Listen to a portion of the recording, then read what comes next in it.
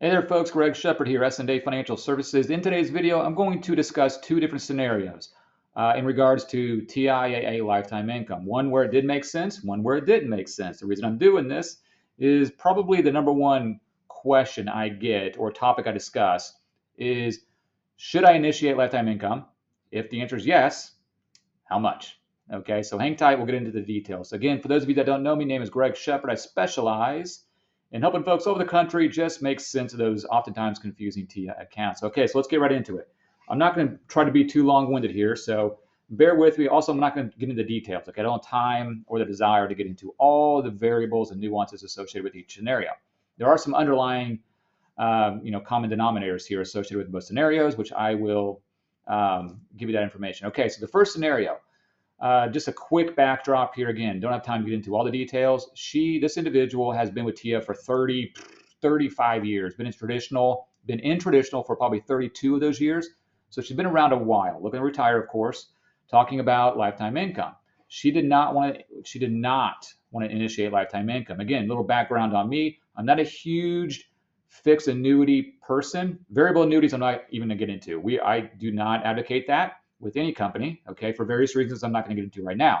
So we're just strictly talking about fixed, meaning those traditional monies being transitioned over to lifetime income. Okay, so this individual did not want to do it, and pretty strong opinion, anti-fixed annuity. Okay, I said, well, total horses. Okay, so I knew that the payout rate and other variables associated with her lifetime income was going to be fairly attractive given the time that she had been with TIA. So she hadn't even been into the Retirement Income Illustrator. We opened that up. Okay, if you don't know what the Retirement Income Illustrator is, you should.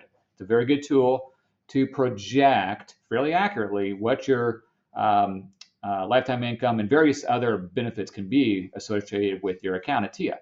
So we dove into the Retirement Income Illustrator, saw that her payout rate on her money, of her money, not on her money, of her money, was like 10%, okay, which is pretty unusual. That's because the length of time that she's been with TIA, the loyalty bonuses, of which aren't guaranteed, okay, it's a whole different discussion, but we're going to go with the loyalty bonus just for the sake of time here, hundreds of dollars a month, okay, because that's based on the time that she's been with traditional. So it was a very attractive payout rate of her money. Okay, so she paused a little bit and we had a further discussion on that. Now, basically the bottom line here is we did initiate lifetime income for her. She was against it at first, okay? And I usually don't really like to incorporate lifetime income. Every situation is different. This is not investment advice. Do not construe it as such. Each situation is totally unique, okay? The underlying variable, the common denominator with folks that I like to initiate lifetime income for is time. Time. They've been with traditional. In this case, 30 plus years. So I knew that payout rate was going to be attractive. I knew the loyalty bonuses was going to be attractive. Okay. Now, we did do a joint life survivor benefit, 0 year guarantee period. And yeah, we initiated lifetime income for her.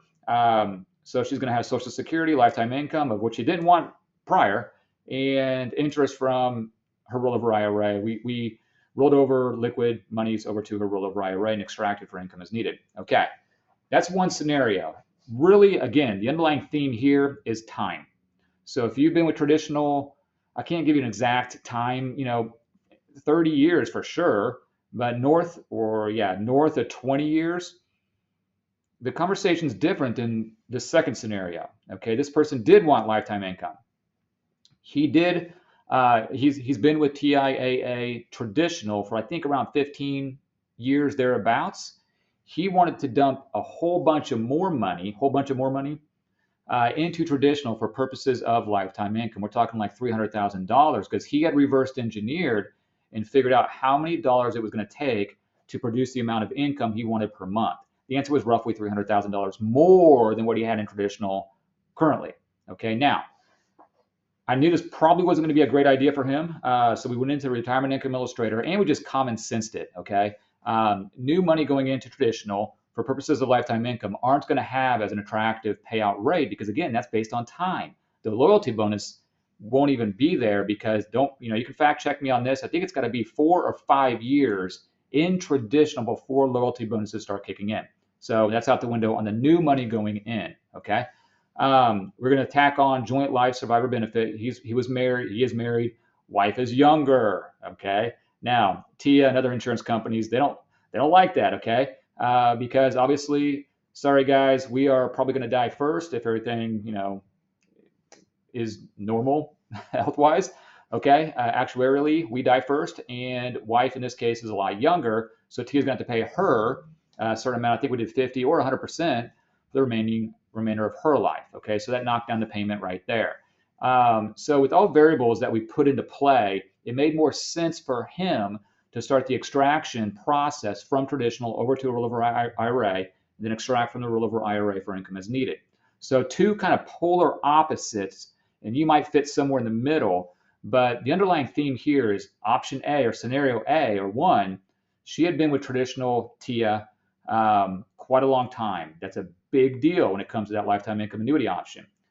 Scenario number two, 15 years, but more importantly, he was looking to dump another $300,000 into traditional for purposes of lifetime income. He was going to retire in like 2 years. So he was going to have 2-ish years until he initiated lifetime income. Not as an attractive option. So we opted not to do that. And I think I told you already that option 2 individual wanted, I told you, wanted lifetime income. So again, we just common sensed it. And then his eyes opened and said, well, maybe this isn't the best option. We elected not to put $300,000 into traditional. We just did other things. But again, underlying theme really, now that I hear it out loud, is time. Time associated with you having traditional. That influences a lot of variables on the lifetime income payout. Deep breath, as quick as I can go in about 7 minutes. If you have questions over this or any other topic dealing with TIAA, by all means, folks, feel free to contact me. My information should be below. Hey, Friday afternoon here. You all go have a good one. Take care. Bye-bye.